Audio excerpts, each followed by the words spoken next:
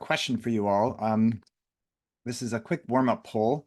You can click the link in the chat, and the question is really, what's most challenging about writing for you? What's most challenging about establishing a writing habit or getting an opportunity to write regularly? What do you find to be particularly challenging on a day-to-day basis as you think about writing? I'm seeing a couple of responses coming in already. I'll share the screen momentarily so we can see what everyone's saying here. And let's get a look at what you're all are all making note of here. Okay, hopefully now you can see some of what's coming in here. What is challenging for you is the question, and getting started is challenging for people. That's the biggest term here. Finding time, consistency, time and focus, exhaustion from all the other stuff, waiting for the perfect timing, time management. I see the word time appearing here quite a lot. Beginning is something that I see here, having an unpredictable schedule, the self-control, energy after an 8-hour workday, finding the right frame for the idea, focus time, screen fatigue. There's so many different things here. And the range of things that prevent us from writing effectively every day or regularly is quite broad. So the next few minutes, I'm going to share 5 specific approaches, and they are intended to be a, a menu for you to choose from, a buffet of ideas for you to choose from.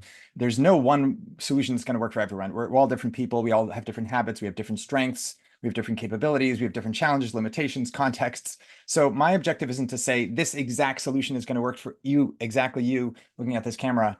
But I'm going to give you 5 ideas, 5 approaches, 5 tactics with some specific examples of how to implement those. And we're going to do it in just about 15 or 20 minutes. And then we'll open up for questions along the way. Feel free to share your own tips in the chat. If there's something that you find particularly useful that you want to share with others here, that would be great. If there's something that resonates with you, if you want to ask a question, feel free to do that as well along the way. And yeah, I don't know that I'll be able to see all of the questions as we go, but I will take some time at the end in the Q&A section to answer as many of the questions as I can, as well as I can. One thing I want to do right now is also share a link to a summary of this piece. So you'll see the ideas that I'm sharing here are in this talk on Medium. So there's the link. You can follow along with my ideas, but I'm also going to share slides, just a overview of the key points that I'm going to make. And afterwards, I'll invite you to email me if you want to actually have the slides themselves. Okay, so here are the 5 key points I want to share with you today. First, I want to just introduce myself. Some of you may not know who I am or who's talking up here. I'm Jeremy Caplan. I'm Director of Teaching and Learning at the City University of New York's Newmark Graduate School of Journalism, which is in New York City. We're really excited because we're making journalism education free for in-state students and eventually for all students. I'm really excited about the next generation of journalists, empowering them to be a diverse group of great writers, reporters, editors, etc.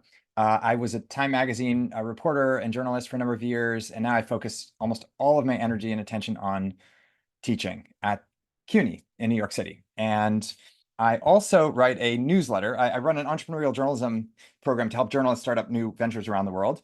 And that's been really exciting. And help writers develop writing outlets of their own. But I also write my own newsletter called Wonder Tools. So if you're interested in digital side of tools and how to work more efficiently and creatively and productively, you can check that out, wondertools.substack.com. And now onto the tips. So the first thing, spark momentum with inspiration. To me, the first step to building a writing routine, if you're busy and have lots of things on your agenda, is to build that sense of inspiration so you can develop some momentum. So you have a rationale for why you're doing this. You also have ideas for how you're doing this. You have partners in the form of these great writers who are going to help you do this. And you start with their inspiration, right? And these are books. These are great books. You can also start with lots of newsletters and podcasts. And there's a lot of great material online about writing, but I like books because they keep you focused. And these particular 5 books, and you'll see them outlined and linked in the Medium post I shared in the chat, Each of these five books is a masterpiece. It's a gem. There's lots and lots of others. I've curated down to five. I'll say briefly why I picked these specific five. William Zinsser on Writing Well is just a brilliant book about writing. It's got a lot of examples of different kinds of writing. It's got a lot of ideas about how to craft your own writing practice and writing techniques. But it's very brief. It's not a textbook. It's very enjoyable to read. John McPhee was a teacher of mine in college, taught a class called Literature of Fact, is one of the great nonfiction writers of our time. And for the first time in this recent book called Draft Number 4, he breaks down his methodology. He shows you how he actually goes from just wanting to write something to actually having a beautiful piece of writing for the New Yorker. And it includes one particular tactic that I'll mention now, which is drawing out a structure for this piece.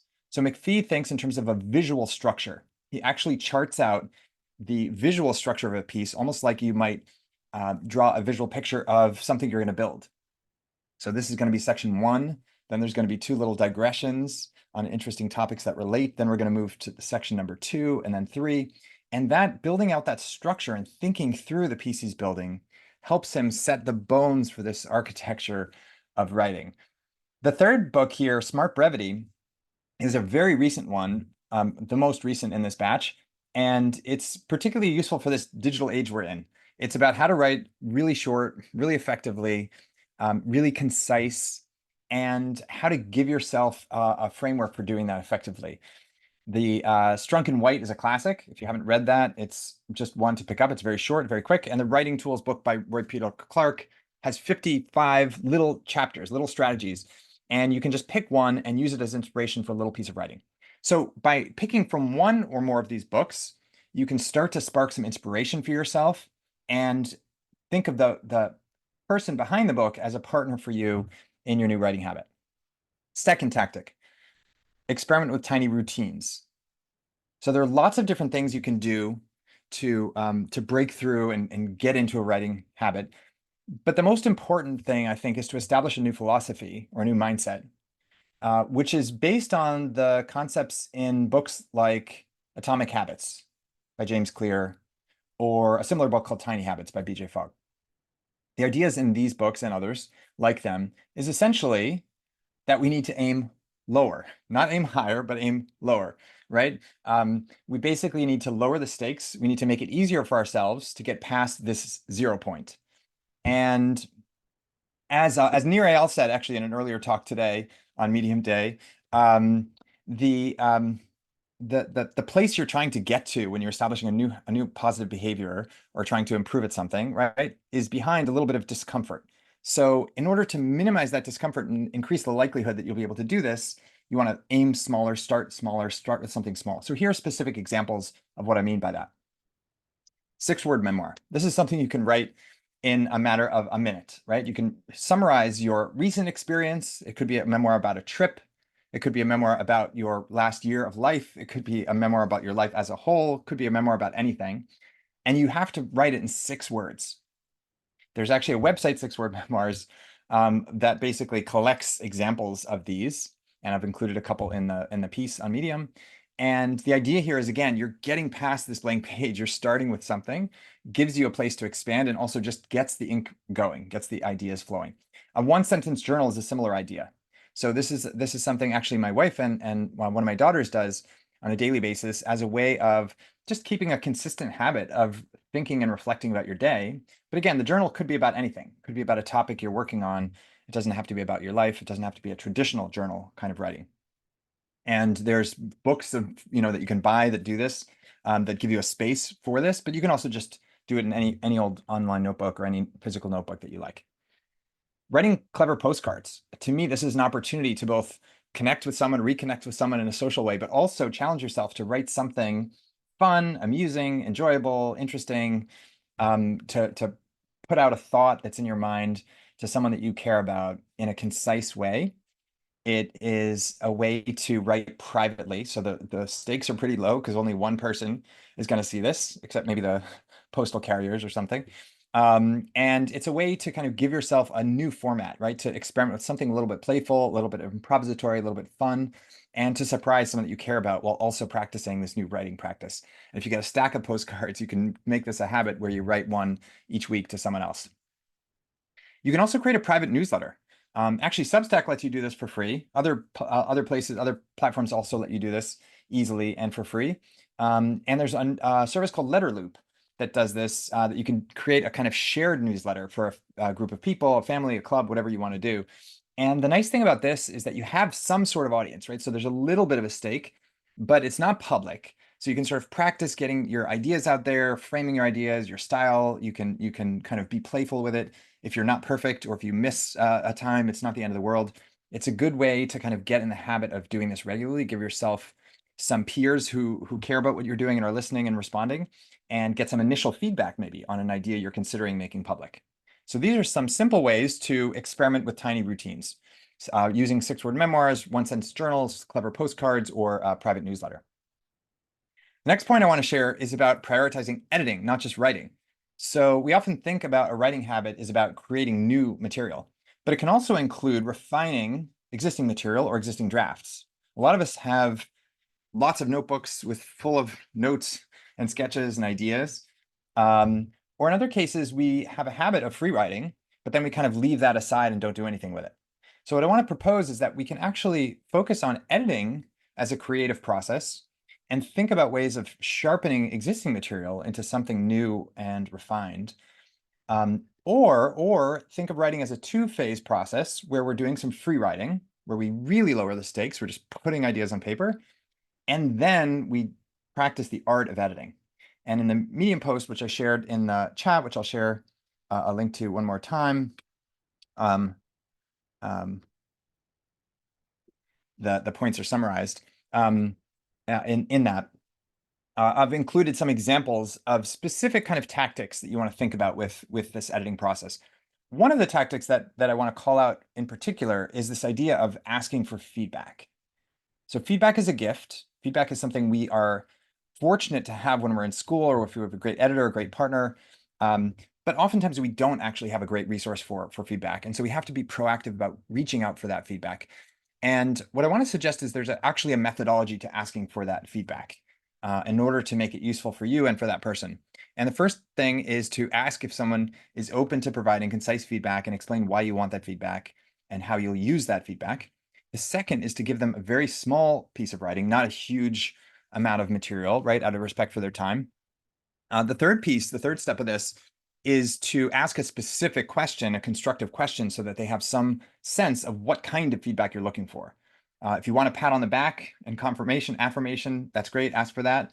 If you want specific input on what might make this particular opening a little bit more compelling, or what questions might emerge in the mind of a reader as they encounter this for the first time, or what's an additional detail or fact that the reader might be curious about, or if you had to cut one sentence or one example, which would you cut? These are the kinds of questions that will elicit stronger feedback, more useful feedback, and will help you develop the practice of not just putting ideas on paper and writing on paper, but actually getting your writing better on a regular basis, right? Because just putting ideas on paper is only the first step or only one step. And I would venture to guess that most of us don't just want to put ideas on paper. We actually want to put ideas on paper and then improve those ideas. And so this is in service of that.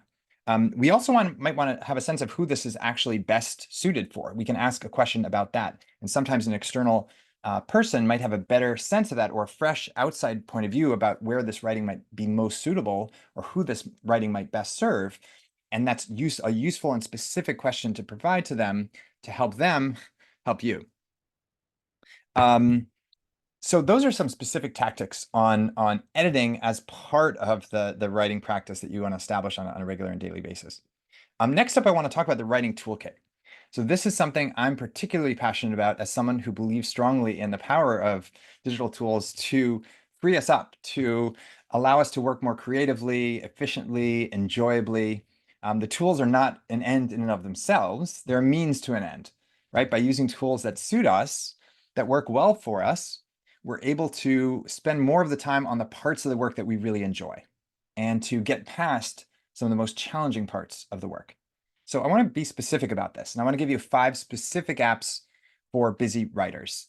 If you're interested in this topic, I will also link to a specific post that I just wrote this week for my newsletter about this exact topic, which has a little bit more detail.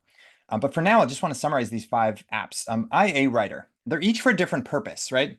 First, actually, I want to make clear that it's not that you need to use a ton of apps at the same time, right? Or that even your toolkit needs to have all these apps, right? It's that you want to consider a broad range of options based on the needs and the context and the preferences that you have, right? So you may end up with one tool or two tools that work great for you. And the key is not to just add willy-nilly lots and lots of tools. The key is to be aware of different possibilities so that you don't miss a potential opportunity to aid your workflow, assist your efficiency, help your creativity by using a tool that might actually be really resonant for you. So for example, IA Writer is one I really like because it gets past all of this digital clutter, right? There's so many different things blinking on my screen in many cases. There's notifications, there's email, there's all sorts of tasks. And even within Google Docs or Microsoft Word or whatever other tool you might default to, there's all sorts of menu items and options. I find myself styling or figuring out a whole range of different font options. What I really need to do is focus on just putting words on paper and thinking about those words. So IA Writer strips all of the menu and interface clutter, just gives you a space where you literally see a white screen with text that you're typing, almost like what you'd see if you were using a typewriter. And the purity and clarity of that is surprisingly freeing, I find. And I enjoy the software, recommend it. It's about $60. It's a one-time purchase, which is great. Unlike all the subscriptions that are out there. So I appreciate that. I have no affiliation with any of these companies, by the way. They're just things that I use and pay for. Letterly is another one. This one helps you get past the blank page problem. So some of you in that opening poll noted that getting started, just beginning, was challenging or can be challenging, right? Given all the things we have to do and given the high expectations we have for ourselves and the ambition to write something great each time. And so what I love about Letterly, as well as other bionic dictation apps is what I call them, AI, essentially AI dictation apps. The other two that I really recommend, by the way, are Oasis and AudioPen. Soon these will be built in more and more to the Google operating system, the Apple operating system, et cetera. But for now, you need dedicated apps that do this. And what I like about these apps, let's just take Letterly as an example, is that you can just press record and just start talking. I often will be walking and just talking about my idea because I find that easier than sitting at a typewriter and looking at a screen, keyboard, and looking at a blank screen. So I can talk out the idea. It doesn't have to be perfect. I can ramble a little bit. I can digress a little bit. I can pause and think through what I actually want to say next. And then once that recording is recorded, it's transcribed, but then it's transformed. And that's where this is different from other dictation or just voice memos or other traditional recorders. So in addition to transcribing the text, it's transformed. What that means is I can then get a summary of what I've just said, or an outline of what I've just said, or a draft of a script for a video that I might be working on, or a draft of a blog post or newsletter post or social media posts, or a draft of an email or a draft of a presentation for a teaching session that I'm preparing for. So, and I can even customize the prompt if I'm using Oasis, for example, so that the structure of the transformed text matches something that I'm working on. Now, this is only a draft. I'm still going to edit it. But the important thing to note here is that unlike other AI tools, it's not doing the writing for me. It's just transforming my own words. So these are my own thoughts, my own words, and they're just transformed in terms of format, in bullet format or whatever other format that I'm using. So I find that really helpful to get me past the blank page problem or the cold start problem, as some people call it. And I highly recommend it. People have recommended this to have tried it, and it becomes part of your routine as a way of getting your ideas out in a new way that oftentimes can circumvent the traditional writer's block. If you're working on long form projects or projects with multiple parts, or if you just like to work in a visual way with your words, Scrivener is a really nice app. It's been around for a long time. It's a classic, has lots of devotees among writers of all kinds, but a lot of people still don't know about it. And it's a good option if you like, for example, having your text blocked out into little index cards digitally, and you can move them around. It has a variety of different features, and it's really easy to use and great in particular if what you're writing or aiming to write is a really long project with multiple parts to it. Etherpad is one that's open source. It's free. What I like about it is you can write collaboratively, which is going to tie into the last point that I'll make momentarily. And each person that's writing in an Etherpad instance, their writing is in a different color. So it's great if several people are writing, you can see exactly who's writing is whose, and you can even include a chat. So it's really great for working with someone else and sharing that writing space together. And finally, Lex is one of the new AI apps that I find useful. Has a variety of different features. It's made by writers for writers. And the cool thing, one of the cool things about it is it has an editing mode where you can ask for input. Basically, it's going to highlight the cliches, the redundancies, the filler words, the hedging words, and a lot of other kind of things that you typically might be editing. You can also ask for help rewriting a sentence, and it has a variety of other features, including a focus mode. So if you want to challenge yourself to write a certain amount, a couple hundred words in the next 20 minutes, you can set up that focus mode and get going, and it kind of guides you and helps you along with that process. So these are 5 specific digital tools you can consider for your digital toolkit, for your writing toolkit, not to replace all the other tactics, but in conjunction with these other kinds of tactics to help you write on a regular basis in a way that, again, is enjoyable, but also efficient. And the last tactic that I'm going to share here, and then we'll take some Q&A, is to find a partner. So in my experience, I often struggle to do things by myself. And I find when I work with someone else, suddenly I have a partner to bounce ideas off of, to collaborate with, to get feedback from, to also encourage so that I can provide not just an inner looking eye, but an outer looking eye as well. And there's a number of different ways to do this. Obviously, if you have someone close to you, my wife has been a great editing partner for me, for example. You have someone close to you, that's great. But also, if you don't, there's services online that you can go to for this. Actually, Niriel earlier today on Medium Day recommended FocusMate. That's an example of one of these services where you essentially say, during this time of day, tomorrow morning at 9, I want to get some writing done, and you'll be paired with someone. And that person also wants to get something done. And so it acts as kind of what's called a body double, basically, just someone who's there to give you some accountability so you can actually get a little bit of a start on your piece of writing during that interval, even if you don't happen to know someone who's available for that. And so that's an example that's called FocusMate, and that's an example of a service that basically helps pair you with someone. There's also lots of writing groups online and writing group subreddits, for example, where you can find writing partners. So that's a way to kind of provide some external motivation, external inspiration, external collaboration for that. So I want to open up for questions and open up for dialogue. As I mentioned, I have this newsletter called Wonder Tools. If you're interested in kind of more tips on these related subjects, it's free to subscribe. You can also email me. Jeremy@jeremycaplan.com is my email address. And I'd love to hear your input on this talk, on this subject. If you have other ideas, other resources you want to recommend that I should add to the Medium post or add to future posts on this topic, I'd welcome those from you. And let's see if we can take some questions. I'm going to look at the Q&A for those and start with one. Are any of the books you suggested audiobooks? So I actually love using Libby. I'll put a plug in for the free Libby app, which you can use for audiobooks for free, completely free. Works with most libraries around the United States and elsewhere around the world. And many of these books are available on audiobook. And so you can pay to access them on Audible, for example, but for free, you can access many of them on Libby, which I highly recommend. Next question is tips for transitioning from a day job to writing, or how to decompress. Yeah, so a lot of times there's this transitional moment, right? We're working in one capacity, and then we're trying to transition to a writing kind of mindset. And one of the things that I'd recommend is, again, starting really small and starting with something fun. So there are a lot of different kinds of ways to gamify the writing process.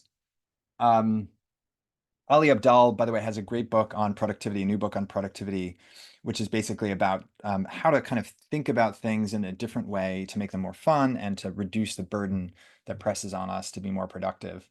And one of the things he talks about is finding ways to gamify things or find the fun in things. So, for example, starting with a 6-word memoir, 6 words about your day, summarize your day in 6 words, or to transition into summarizing the topic you're going to write about in one clear sentence. is a way to kind of like start really small. The second thing I would say is just talk it out. So, many of us may have someone to talk to after we get out of work. We may, meet up with friends or meet up with a partner, spouse, colleague, and just chat. And you can use a recorder as a kind of way to just switch gears from either consuming information or doing work to kind of creating or crafting or voicing your ideas. And even if you can't do that with a person, you can just have that app to essentially dictate to. And then that gives you some writing to then work with and then build on that. So that would be my guidance on that. And there's another question about being heard or seen on Medium, and asking for feedback with Medium's built-in tools. So Medium does have this kind of commenting, a private commenting function, which is helpful. You have to have someone you're really asking for that comment from. But it also has kind of a highlight and annotation function. You can ask people in your writing to annotate, to add their own thoughts or annotations, to highlight things. And that can be an interesting way to kind of have a live dialogue in your writing. I really like when people do highlight pieces and add their own thoughts or add their own observations, or just mark what's most interesting to them. So I think if you can do that, if you can ask people, if you can call out for that, either on your social post when you're sharing something, say like, hey, I'd love to see your annotations, your additional ideas, or your comments, or you can invite a select group of people to provide private comments, which can be helpful. If you're not comfortable doing that on Medium, or you want to do it in a different space, you can do that in Google Doc. Just send people to Google Doc. Even publish a link to a public Google Doc and invite people to add their comments or edits. That's another way of approaching that. And yeah, would love any other questions or live comments. I saw somebody raise their hand earlier. If anyone else has a question, I can't see who's raising your hand, but you can go ahead and Vincent, I see Vincent's hand. Vincent, you want to share your brief, concise question or comment?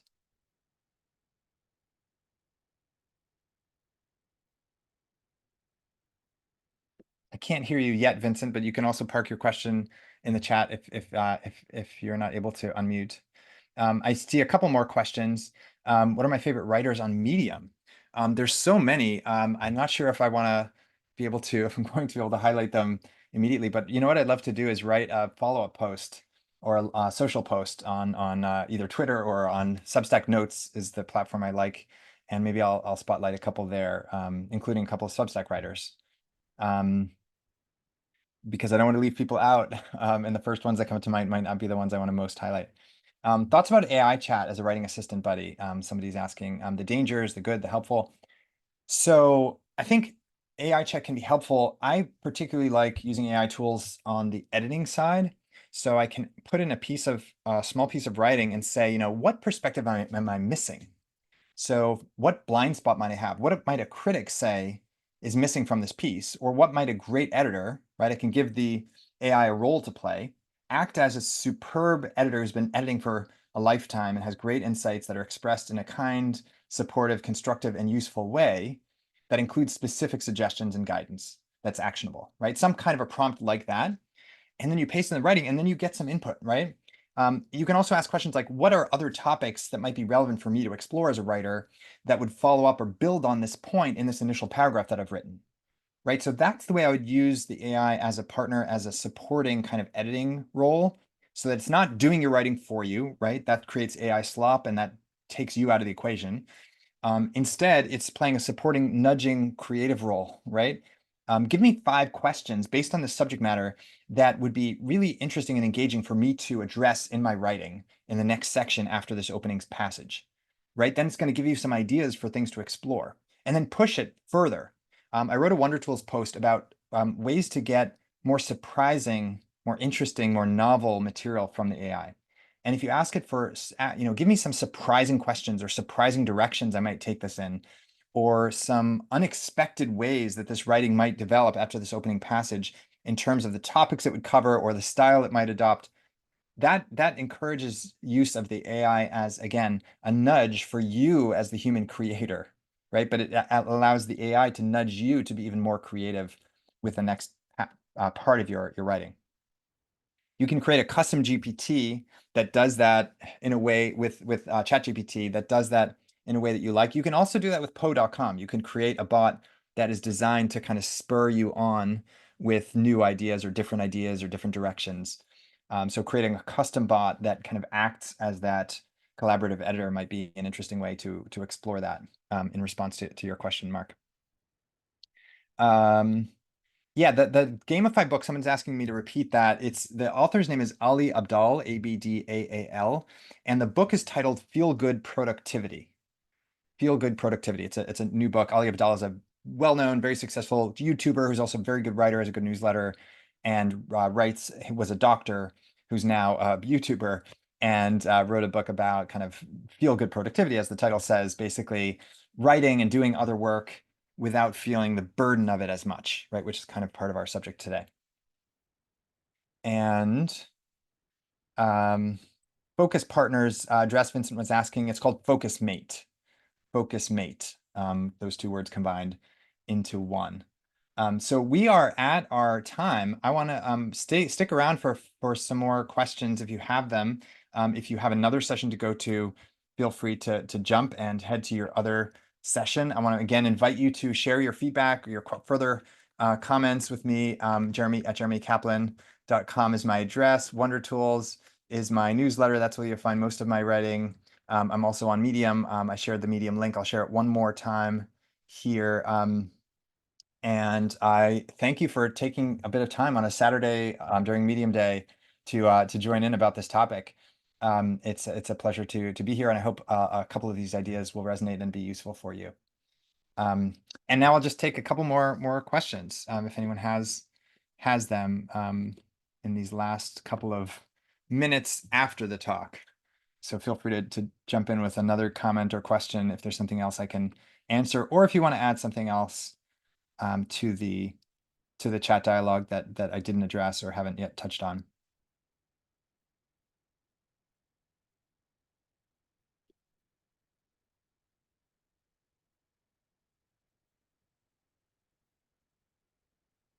Maybe we'll conclude with one final poll. So we started with a poll, and we'll conclude with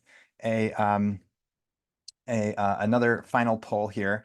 And this poll is going to ask you basically one takeaway. So one thing that you are taking away, one thing that you are going to act on, and it's going to be a word cloud again.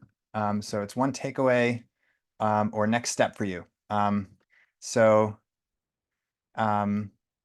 And what you're going to do is, I'm going to share the link momentarily again for those of you who don't have the link, and you're just going to share one implementation intention or one particular aspect that you are taking away or going to act on. So this is our final poll, and there's the link. And I'm going to share on the screen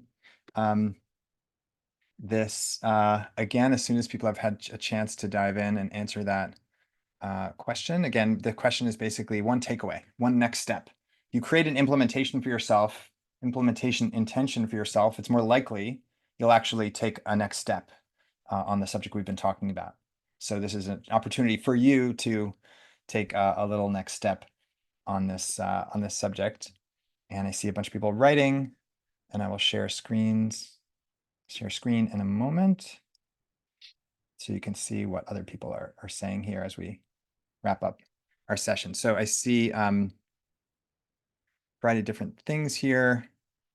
Tiny Habits is one a number of people have mentioned. Yeah, great book. And Atomic Habits is the more well-known one by James Clear. They're both great, and they're both easy to read and fantastically useful. Get more tools, somebody says, using AI for feedback or growth. Look for recommended books, use resources, start small. Yeah, absolutely. Start tiny, I would say. I wrote a piece a number of years ago called Haiku Nation about miniature writing, which I noted in this Medium post. I think miniature writing oftentimes allows us to get past this sense that we need to fill up a page or write a volume of information, when in fact what we really need is to clarify our idea. And the idea could be expressed very concisely in many cases and doesn't always need a huge volume of text. Someone else says find an accountability partner. Someone else says daily paragraph to restart my writing habit. Someone says start. or miniature writing, daily tiny writing. So there's a lot of different next steps for the folks here. Create my top 5 writers to follow. It's great to have an inspiration file. That's a great way to make real uh, the idea of inspiration as motivation. And breathe. Yeah. Take time to breathe and to slowly think through a core idea rather than trying to write a huge volume. Someone asks about writing a memoir as a follow story on Medium. Um, yeah, I think I'm not sure if I understand that question exactly, um, but I do think that if maybe this is what you're asking, I'm not sure. I do think that on Medium we can write short. There was actually there are a number of people who write relatively short on Medium, and also people who write relatively long. But sometimes writing short is a way to just get us going, and we don't need to write as long as we sometimes think we do. I'm not sure if I addressed that question, Daniel, but hopefully that addressed it.